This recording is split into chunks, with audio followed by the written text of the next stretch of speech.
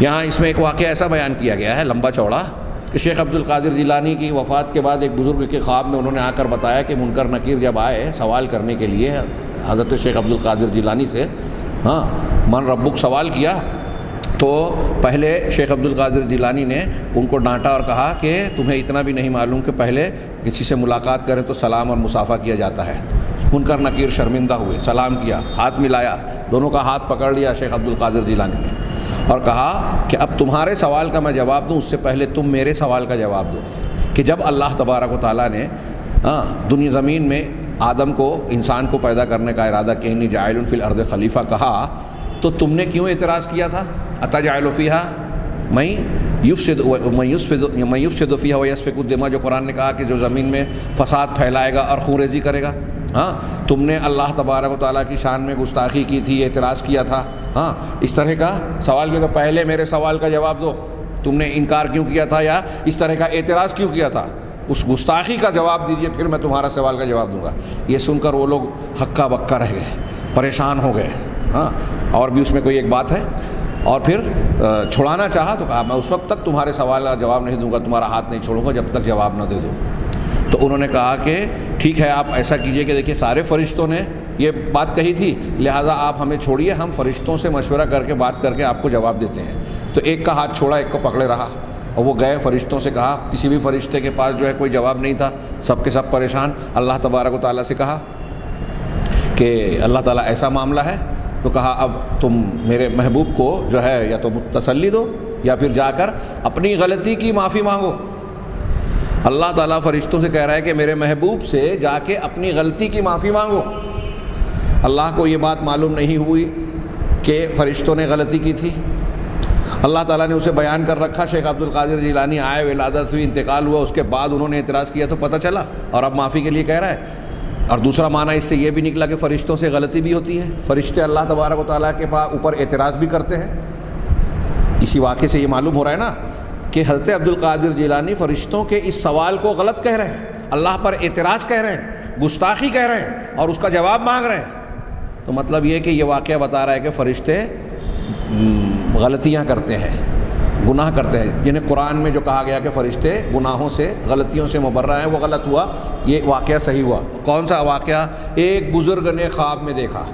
اب خواب دیکھ لیا تو روایت کی کوئی جانچ پڑتال کی وجہ کی جگہ اور ضرورت ہی نہیں رہی۔ ہمارے یہاں ہم اللہ کے رسول صلی اللہ علیہ وسلم کی باتوں کو سنتے ہیں، تو کب مانتے ہیں؟ جب دیکھتے ہیں کہ اس کی سند قابل اعتبار ہے یا نہیں ہے۔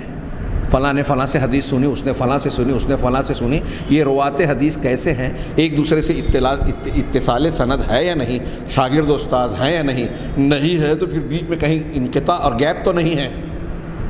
روایت کرنے والوں کی دینی حالت، قوت حافظہ، دیانتداری، ان ساری چیزوں کو سامنے رکھ کر روایت کو قابل قبول یا قابل تردید ٹھہرایا جاتا ہے۔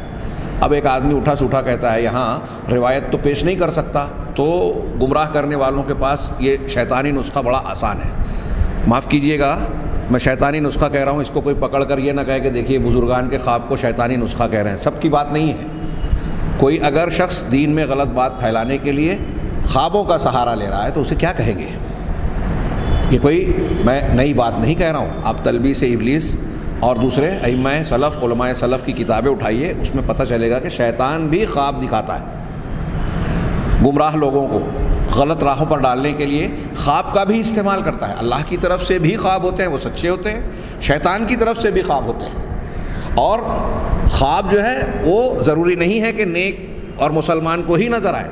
سورہ یوسف میں قرآن میں مطالعہ کیجئے کہ بادشاہ جو مصر کا بادشاہ تھا، حضرت یوسف علیہ السلام کے دو قیدی ساتھی جو دونوں کے دونوں مشرک و کافر تھے، کیونکہ انہوں نے جب حضرت یوسف علیہ السلام سے اپنے خواب کی تعبیر پوچھی تو حضرت یوسف علیہ السلام نے خواب کی تعبیر بتانے سے پہلے ان کو توحید کی دعوت دی۔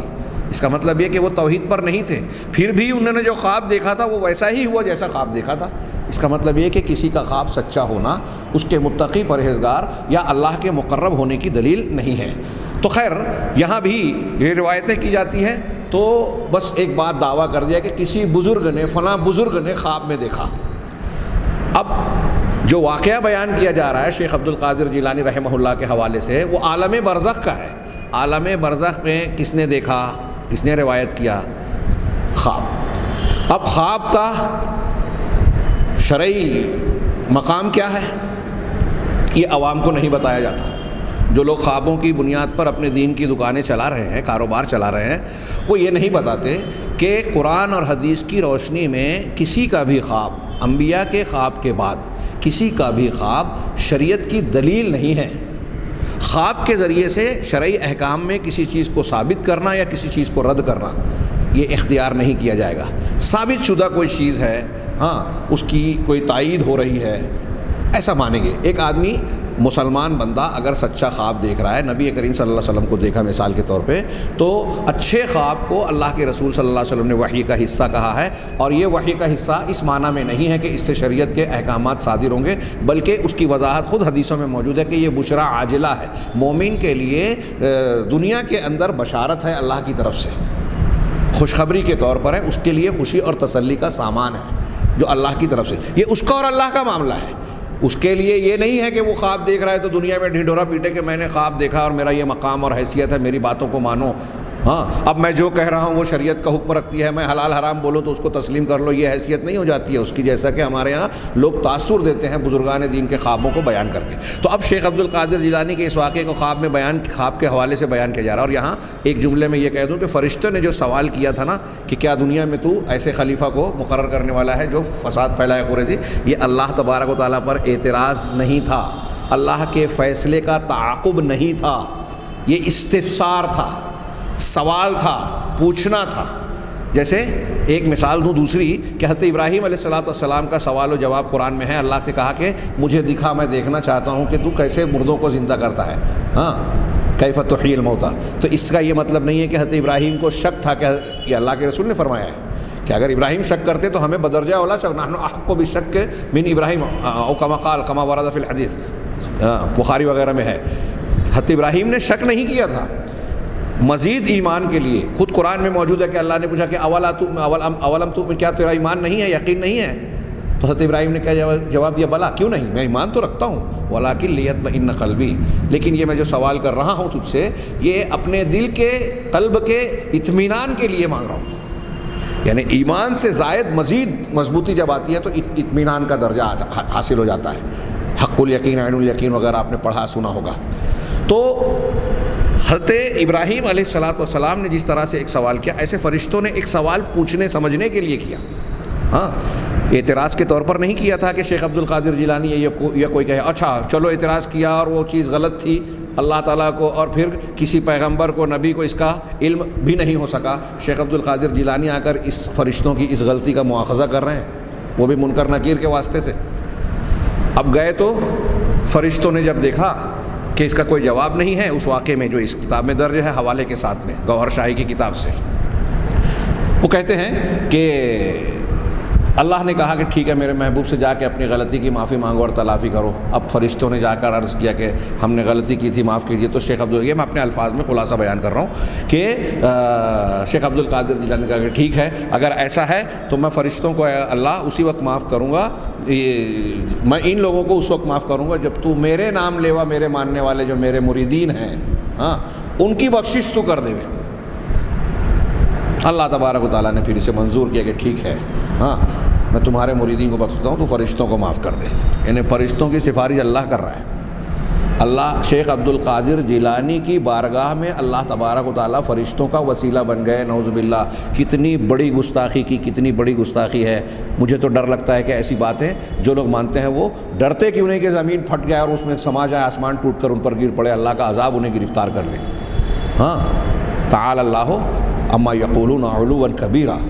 اللہ کی شان آپ نے بار بار پڑھی کہ اللہ تعالیٰ صرف وحی کا ارادہ کرتا ہے تو فرشتے دہشت سے بے ہوش ہو جاتے ہیں. قیامت کے دن انبیاء کرام اللہ کے سامنے زبان نہیں کھولیں گے، بغیر اجازت کے نفسی نفسی نفسی کہتے رہیں گے. فرشتے صف لگا کر کھڑے رہیں گے، کوئی کلام کی جرت نہیں کرے گا جب تک اللہ تبارک و تعالیٰ اجازت نہ دے. اللہ کی یہ شان و عظمت ہے. اور یہاں اللہ کی شان کو گھٹا کے اس واقعے میں یہ شیخ عبد القادر جیلانی کے جھوٹے واقعے کو بیان کیا جا رہا ہے، وہ بھی عالم برزخ کے واقعے کو.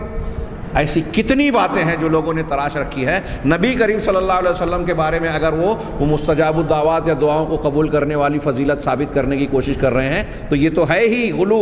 ہاں، اور آپ کے بعد آپ کے امت میں بزرگان دین کے بارے میں یہ ثابت کر رہے ہیں. اور جب قرآن و حدیث اللہ کے نبی صلی اللہ علیہ وسلم کو بتا رہے ہیں کہ آپ عالم الغیب نہیں ہیں، آپ کسی چیز کا اختیار نہیں رکھتے، آسمان اور زمین میں ایک ذرے کے بھی مالک نہیں ہیں، آپ اپنے کسی کو ہدایت نہیں دے سکتے، انک لا تہدی من احببت ولکن اللہ یہدی من یشاء، آپ کا معاملے میں کوئی اختیار نہیں ہے. تو اس سے یہ ساری باتیں رد ہو جاتی ہے کہ جب جناب محمد رسول اللہ صلی اللہ علیہ وسلم کو اللہ کی خصوصیات صفات میں کوئی اختیار، کوئی شمولیت اور شراکت حاصل نہیں ہے تو نبی صلی اللہ علیہ وسلم سے کم درجے والوں کو کیسے حاصل ہو سکتی ہے. یہاں میں شیخ اقبال کیلانی کی کتاب کے کچھ